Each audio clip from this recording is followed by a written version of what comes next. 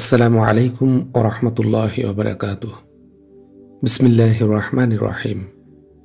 আল্লাহুম্মা সাল্লি আলা মুহাম্মাদিন ওয়া আলা আলি মুহাম্মাদ কামা সাল্লাইতা আলা ইব্রাহিম ওয়া আলা আলি ইব্রাহিম ইন্নাকা হামিদুম মাজিদ।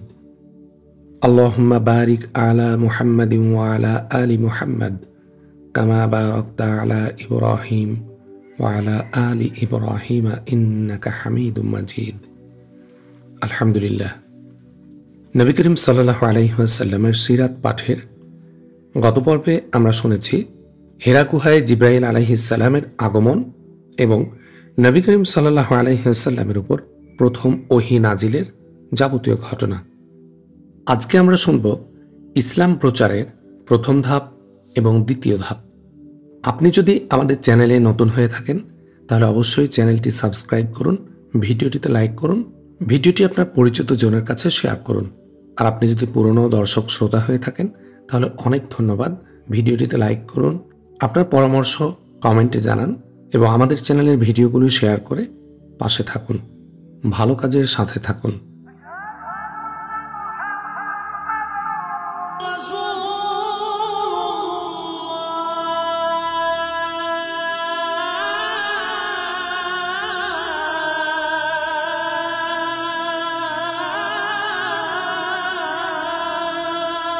আল মারহালাতুল উলা, প্রথম ধাপ, মিন জিহাদি দাওয়াতি ইলাল্লাহ, ইসলাম প্রচারে আত্মনিয়োগ। সালাসু সানাওয়াতিন মিনাদ দাওয়াতি সিররিয়াত, 3 বছর গোপনে প্রচার। সূরা মুদ্দাসসিরের প্রথম আয়াত প্রথম থেকে 6ষ্ঠ আয়াত পর্যন্ত। বিসমিল্লাহির রহমানির রহিম। ইয়া আইয়ুহাল মুদ্দাসসির কুম ফাআনজির রব্বাকা ফাকাব্বির ওয়া সিয়াবাকা ফাতাহহির ওয়ার রুজ্জা ফাহজুর ওয়ালা তামনুন তাস্তাকসির ওয়ালি রব্বিকা ফাসবির। ওহে বস্ত্র আবৃত ব্যক্তি, ওঠো, সতর্ক করো আর তোমার প্রতিপালকের শ্রেষ্ঠত্ব ঘোষণা করো। তোমার পোশাক পরিচ্ছদ পবিত্র রাখো, যাবতীয় অপবিত্রতা থেকে দূরে থাকো। কারো প্রতি অনুগ্রহ করো না অধিক পাওয়ার উদ্দেশ্যে। তোমার প্রতিপালকের সন্তুষ্টির জন্য ধৈর্য ধরো। সূরা আল মুদ্দাসসির আয়াত 1 থেকে 7।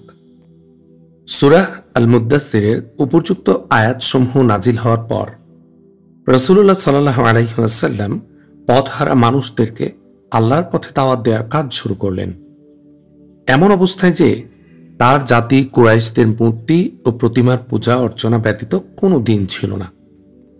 তাদের সঠিক কোনো হজ ছিল না, তবে তারা হজ করত যেভাবে তাদের পিতৃপুরুষদেরকে দেখেছে।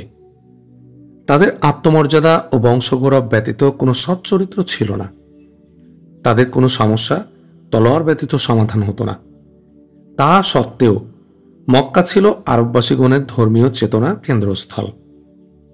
এই মক্কাবাসী ছিলেন কাবার তত্ত্বাবধায়ক ও খাদেমগণ। এজন্যই দূরবর্তী স্থানের তুলনায় মক্কায় সংস্কারমুখী কর্মসূচি বাস্তবায়নের ব্যাপারটি ছিল অনেক বেশি কঠিন ও কষ্টকর। এ অবস্থার পরিপ্রেক্ষিতে প্রাথমিক পর্যায়ে মক্কায় প্রচার ও তাবলীগের কাজকর্ম সন্তর্পণে ও সংগোপনে করার প্রয়োজন ছিল, যাতে মক্কাবাসীগণের সামনে আকস্মিকভাবে বৈপ্লবিক কিংবা উত্তেজনামূলক কোনো অবস্থার সৃষ্টি না হয়ে যায়। আর রাইলুল আওয়াল, ইসলাম কবুলকারী প্রথম দল।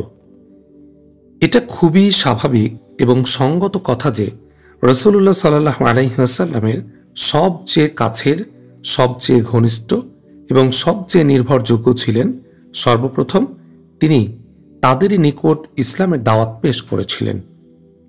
এ দলের মধ্যে ছিলেন পরিবারের লোকজন, ঘনিষ্ঠ আত্মীয় এবং ঘনিষ্ঠ বন্ধু বান্ধব। অধিকন্তু প্রাথমিক পর্যায়ে তিনি ওই সকল লোককে সত্যের প্রতি আহ্বান জানিয়েছিলেন যাদের মুখমণ্ডলে কল্যাণ এবং সত্যপ্রীতির আভাস সুস্পষ্ট।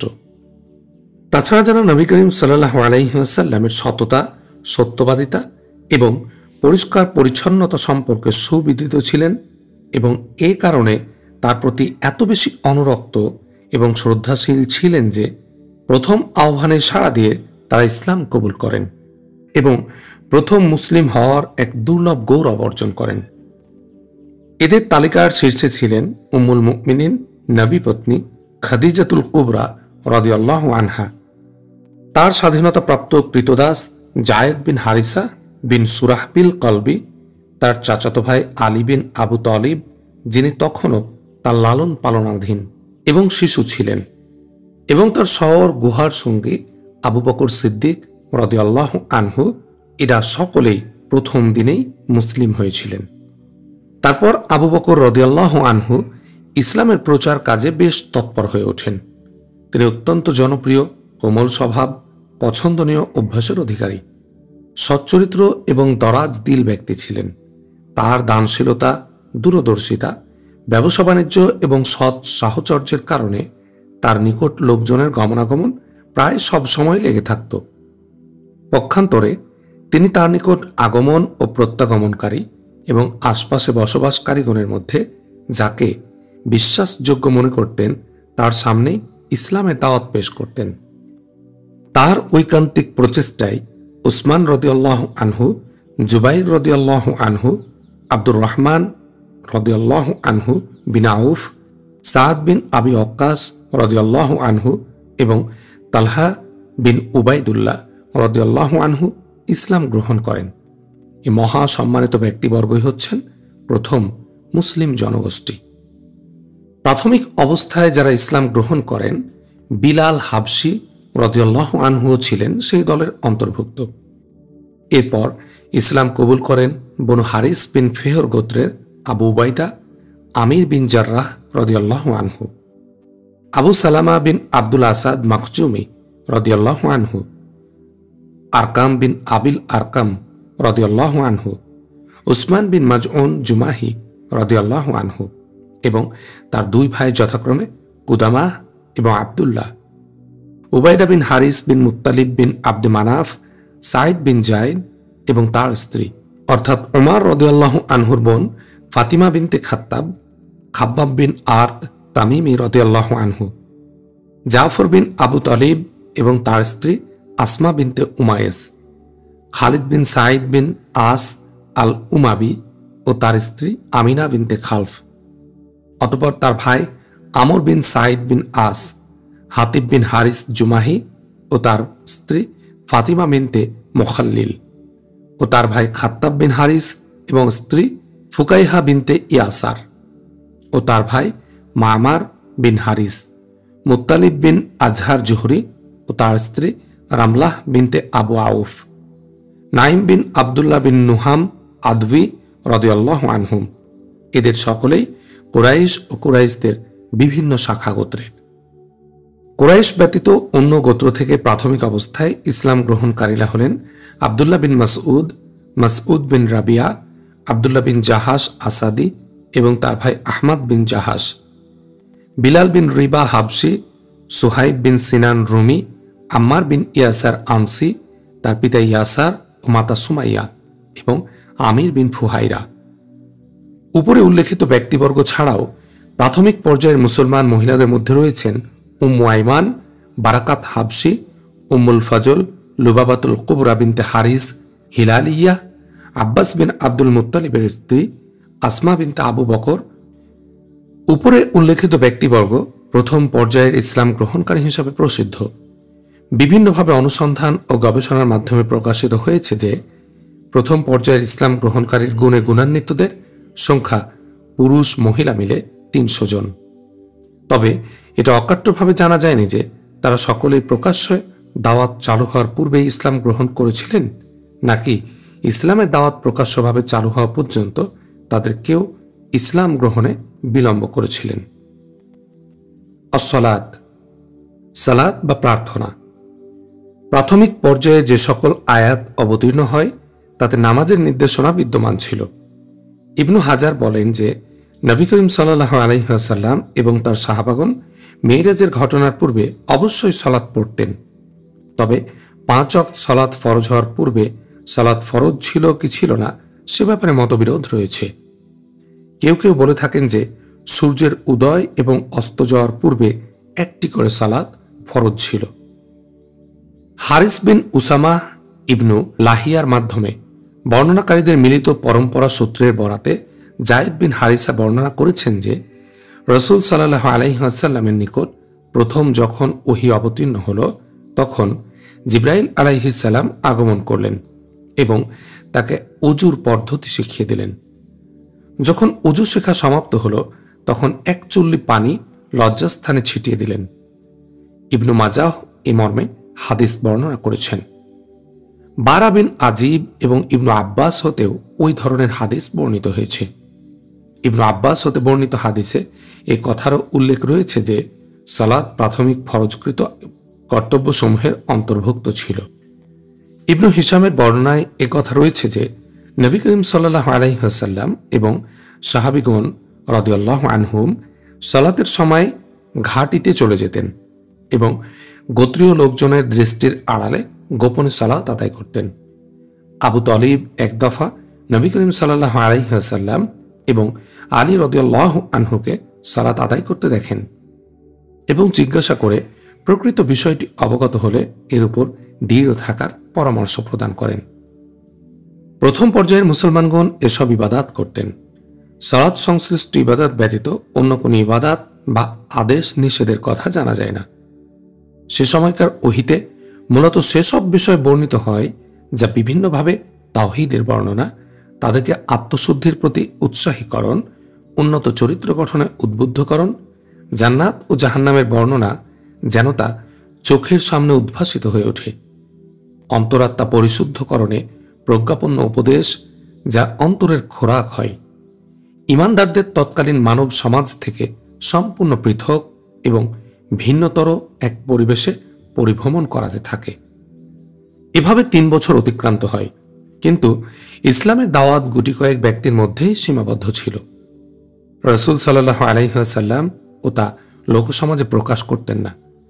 তবে কুরাইশরা ইসলামের খবর জানত এবং মক্কাতে ইসলামের কথা ছড়িয়ে পড়ে এবং লোকসমাজে এর মৃদু গুঞ্জন চলতে থাকে। আবার কেউ কেউ একে ঘৃণাও করত এবং মুমিনদের সঙ্গে শত্রুতা ভাব দেখাত, তবে সামনাসামনি কিছু বলতো না, যতক্ষণ পর্যন্ত না রাসূলুল্লাহ সাল্লাল্লাহু আলাইহি ওয়াসাল্লাম তাদের দ্বীন ধর্মে হস্তক্ষেপ করতেন এবং তাদের ভিত্তিহীন ও মনগড়া ইলাহ মূর্তিসমূহের সমালোচনা না করতেন। আল মারহালাতু সানিয়া, দ্বিতীয় স্তর, আদ-দাওয়াতু জিহারান, প্রকাশ্য প্রচার। আওয়ালু আমরিন বিইযহারিদ দাওয়া, প্রকাশ্য দাওয়াতের প্রথম আদেশ।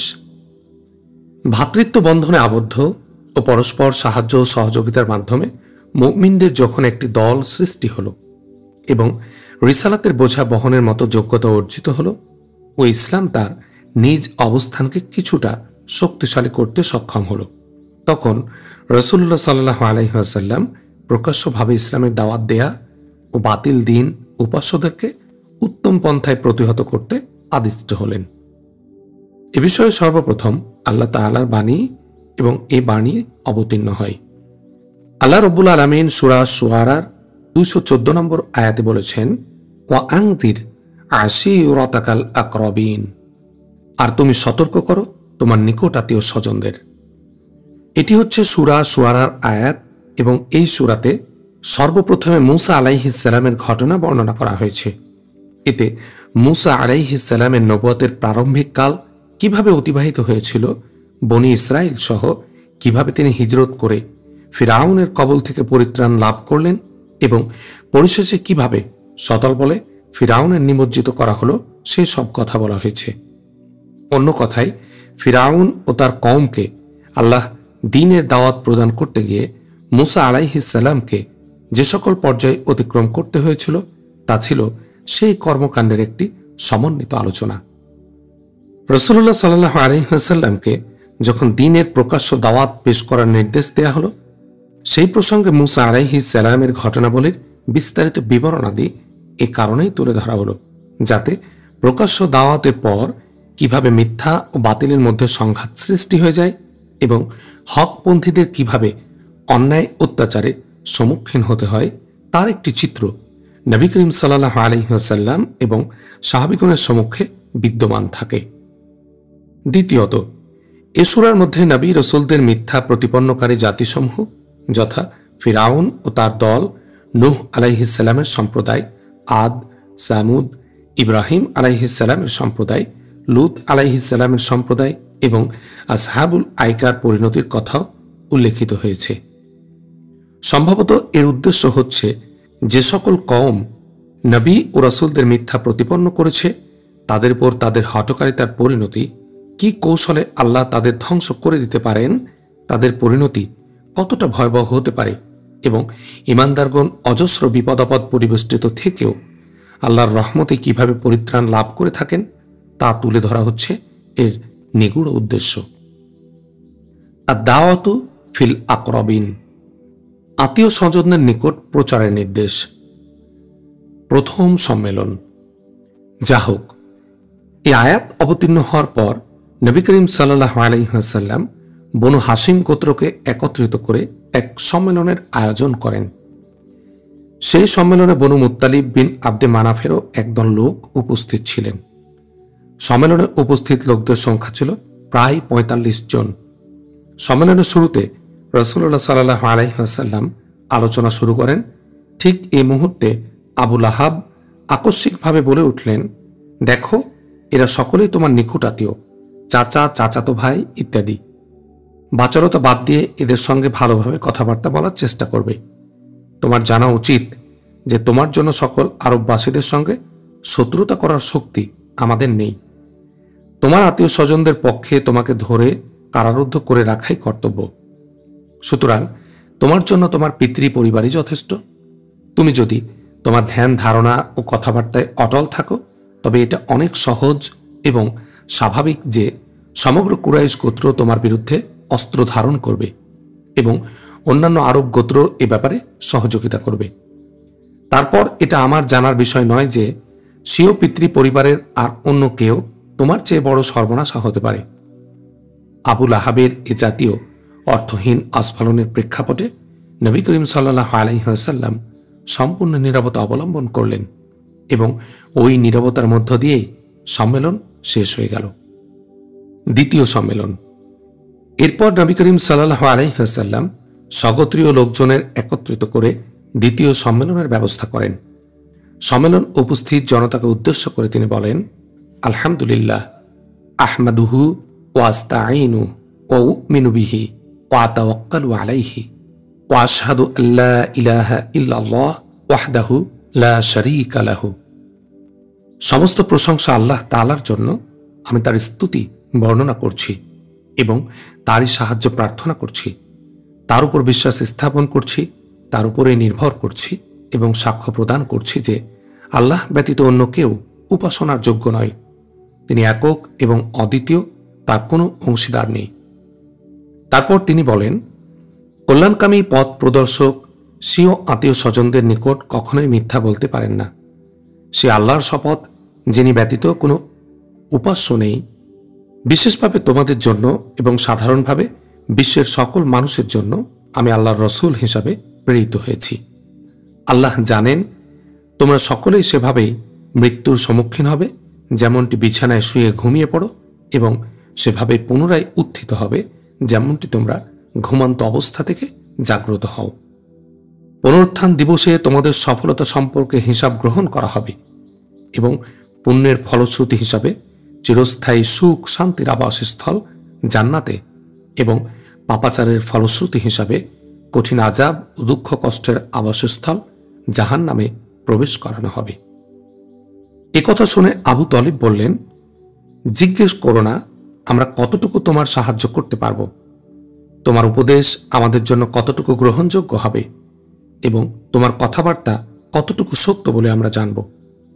এখানে সম্ভবত লোকজন তোমার পিতৃ পরিবারের সদস্য এবং আমি অনুরূপ একজন সদস্য। পার্থক্য শুধু এটুকুই যে তোমার সহযোগিতার জন্য তাদের তুলনায় আমি অগ্রগামী আছি। অতএব তোমার নিকট যে নির্দেশাবলী অবতীর্ণ হয়েছে তদনুযায়ী কাজ সম্পাদন করতে থাকো। আল্লাহ ভরসা, আমি অবিরামভাবে তোমার কাজকর্ম দেখাশোনা ও তোমাকে সহানুভূতি করতে থাকব। তবে আব্দুল মুত্তালিবের দিন ত্যাগ করতে আমি প্রস্তুত নই। আবুল আহাব বললেন, আল্লাহর শপথ, এ হচ্ছে অন্যায় এবং দুষ্টামি নষ্টামি। এর হাত অন্যদের আগে তোমরাই ধরে নাও। আবুল আহাবের মুখ থেকে এই কথা শ্রবণের পর আবু তালিব বললেন, আল্লাহর শপথ করে বলছি, যতক্ষণ আমার দেহে প্রাণ থাকবে আমি তার হেফাজত বা রক্ষণাবেক্ষণ করতে থাকব। আলা জাবালি সাফা, সাফা পর্বতের উপর। যখন নবী করিম সাল্লাল্লাহু আলাইহি ওয়াসাল্লাম খুব ভালোভাবে নিশ্চিত হলেন যে আল্লাহর দ্বীন প্রচারের অন্তর্বর্তীকালীন সময়ে আবু তালিব তাকে সাহায্য করবেন, তখন এক দিবস তিনি সাফা পর্বত শিখরে আরোহণ করলেন এবং তার উপর আরেকটি পাথর রেখে সেখানে দাঁড়িয়ে জনসাধারণকে আহ্বান করে বললেন, ইয়া সবাহা, হাই প্রাতকাল বলে। তা শ্রবণ করে কুরাইশ গোত্রের লোকেরা সেখানে যখন সমবেত হলেন, তখন তিনি সকলকে লক্ষ্য করে আল্লাহর একত্ববাদ, দ্বীন নবুয়াত এবং পরকালীন জীবনের উপর বিশ্বাস স্থাপনের জন্য অত্যন্ত মর্মস্পর্শী ভাষায় সকলকে আহ্বান জানালেন। এই ঘটনার এক অংশ সহিহুল বুখারীতে ইবনে আব্বাস কর্তৃক এইভাবে বর্ণিত হয়েছে। যখন ওয়াআনদির আশিরাতাকাল আকরাবিন আয়াত অবতীর্ণ হল, তখন নবী করিম সাল্লাল্লাহু আলাইহি ওয়াসাল্লাম সাফা পর্বত শিখরে আরোহণ করে কুরাইশ গোত্রের সকলকে লক্ষ্য করে বিশেষ কিছু শব্দ উচ্চারণ করে চিৎকার করতে থাকলেন। ইয়া বানি ফিহরিন, ইয়া বানি আদ্দিন, ইয়া বানি আদিয়িন, ইয়া বানি ফুলানিন, ইয়া বানি ফুলানিন, ইয়া বানি আব্দি মানাফিন, ইয়া বানি আব্দুল মুত্তালিব। ওহে বনু ফিহর, ওহে বনু আদি, ওহে বনু উমুক উমুক, ওহে বনু আব্দে মানাফ, ওহে বনু আব্দুল মুত্তালিব। যখন তারা এ চিৎকার ধ্বনি শ্রবণ করে বললেন, কে এরকম চিৎকার করে আহ্বান করছে? লোকেরা বলল, মুহাম্মদ। এরপর তারা সকলেই সেখানে সমবেত হয়ে গেলেন। এমনকি কোনো ব্যক্তির পক্ষে তার উপস্থিতি সম্ভব না হলে ব্যাপারটি সম্পর্কে অবগত হওয়ার জন্য তিনি প্রতিনিধি প্রেরণ করলেন। ফল কথা হচ্ছে, কুরাইশ গোত্রের সকলেই সেখানে উপস্থিত হয়েছিলেন। আবুল আহাবও উপস্থিত ছিলেন। অতঃপর নবী করিম সাল্লাল্লাহু আলাইহি ওয়াসাল্লাম বললেন, হে কুরাইশ বংশীয়গণ, তোমরা বলো, আজ এ পর্বত শিখরে দাঁড়িয়ে যদি আমি তোমাদেরকে বলি যে পর্বতের অন্যদিকে এক প্রবল শত্রু সৈন্যবাহিনী তোমাদের যথাসর্বস্ব লুণ্ঠনের জন্য অপেক্ষা করছে, তাহলে তোমরা আমার এ কথার উপর বিশ্বাস স্থাপন করবে কি? সকলে সমস্যার উত্তর করল, হ্যাঁ, নিশ্চয়, বিশ্বাস না করার কোনোই কারণ নেই। আমরা কখনো আপনাকে মিথ্যার সংস্পর্শে আসতে দেখিনি। তখন গুরুগম্ভীর কণ্ঠে বলতে লাগলেন, যদি তাই হয় তবে শ্রবণ করো, আমি আপনাদেরকে পাপ ও আল্লাহদ্রোহিতার ভীষণ পরিণাম এবং তজ্জনিত অবশ্যম্ভাবী কঠোর দণ্ডের কথা স্মরণ করিয়ে দেওয়ার জন্য প্রেরিত হয়েছি। অতঃপর সাধারণ ও বিশেষভাবে সকলকে সত্যের পথে আহ্বান জানালেন এবং তাদেরকে আল্লাহর কঠিন শাস্তির ভয় প্রদর্শন করে বললেন, হে কুরাইশগণ, তোমরা নিজেদেরকে জাহান্নামের আগুন থেকে রক্ষা করো এবং তোমাদের নিজেদেরকে আল্লাহর নিকট সঁপে দিয়ে তার সন্তুষ্টি অর্জন করো। হে বনু কাব বিন লুয়াই, তোমরা নিজেদেরকে জাহান্নামের আগুন থেকে রক্ষা করো, কেননা আমি তোমাদের কোনো উপকার বা ক্ষতি করার ক্ষমতা রাখি না। হে বনু কাব বিন মুররা, তোমরা নিজেদেরকে জাহান্নামের আগুন থেকে রক্ষা করো। হে বনু কুসাই সম্প্রদায়, তোমরা নিজেদেরকে জাহান্নামের আগুন থেকে রক্ষা করো, কেননা আমি তোমাদের কোনো উপকার বা ক্ষতি করার ক্ষমতা রাখি না। হে বনু আব্দে মানাফ সম্প্রদায়, তোমরা নিজেদেরকে জাহান্নামের আগুন থেকে রক্ষা করো, কারণ আমি আল্লাহর নিকট তোমাদের উপকার বা অপকার কিছুরই মালিক নই। আমি আল্লাহর নিকট তোমাদের জন্য কোনো উপকারে আসব না। হে বনু আব্দে শামস, তোমরা নিজেদেরকে জাহান্নামের আগুন থেকে বাঁচাও। হে বনু হাসিম, তোমরা নিজেদেরকে জাহান্নামের আগুন থেকে বাঁচাও। হে বনু আব্দুল মুত্তালিব, তোমরা নিজেদেরকে জাহান্নামের আগুন থেকে বাঁচাও, কারণ আমি তোমাদের কোনো উপকার বা অপকার কিছুরই মালিক নই। আমি আল্লাহর নিকট তোমাদের জন্য কোনো উপকারে আসব না।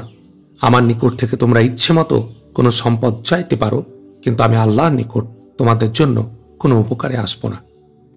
হে বনু আব্বাস বিন আব্দুল মুত্তালিব, আমি আল্লাহর নিকট তোমাদের জন্য কোনো উপকারে আসব না।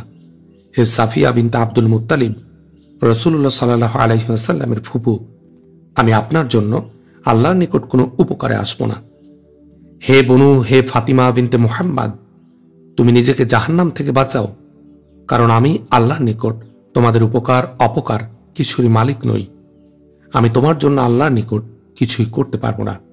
তবে তোমাদের সঙ্গে আমার যে আত্মীয়তা রয়েছে তা আমি দুনিয়াতে অবশ্যই আদর রাখব, অর্থাৎ যথাযথভাবে আত্মীয়তা বজায় রাখব।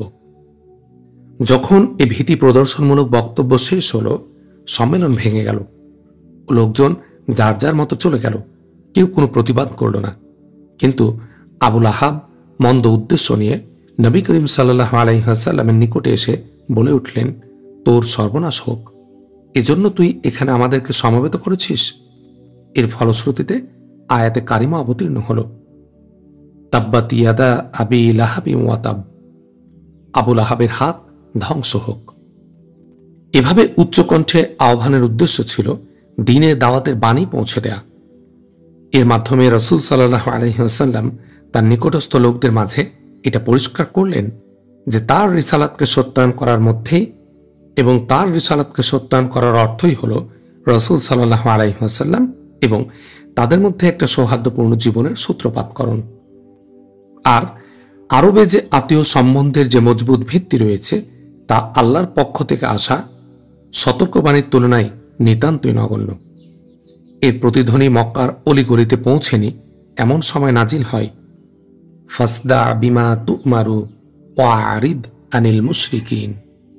কাজেই তোমাকে যে বিষয়ের হুকুম দেয়া হয়েছে তা জোরে সোরে প্রকাশ করো আর মুশরিকদের থেকে মুখ ফিরিয়ে নাও। সূরা আল হিজর আয়াত 14।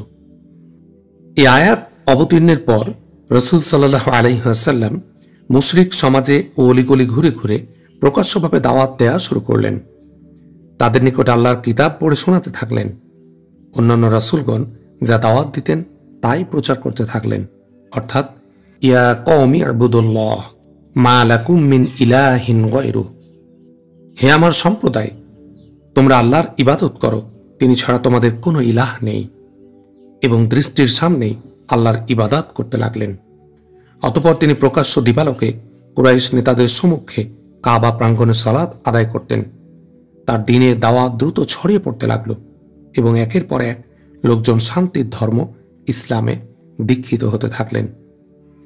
ফলশ্রুতিতে যারা ইসলাম গ্রহণ করেছেন এবং যারা ইসলাম গ্রহণ করেননি, এই উভয় দলের বাড়িতে বাড়িতে হিংসা, বিদ্বেষ, শত্রুতা, বিরোধিতা ক্রমেই বেড়ে চলল এবং কুরাইশগণ সর্বদিক থেকে মুমিনদের ঘৃণা করতে থাকলেন এবং তাদের সাধ্যমতো ইসলামের সঙ্গে মন্দ আচরণ করতে লাগল।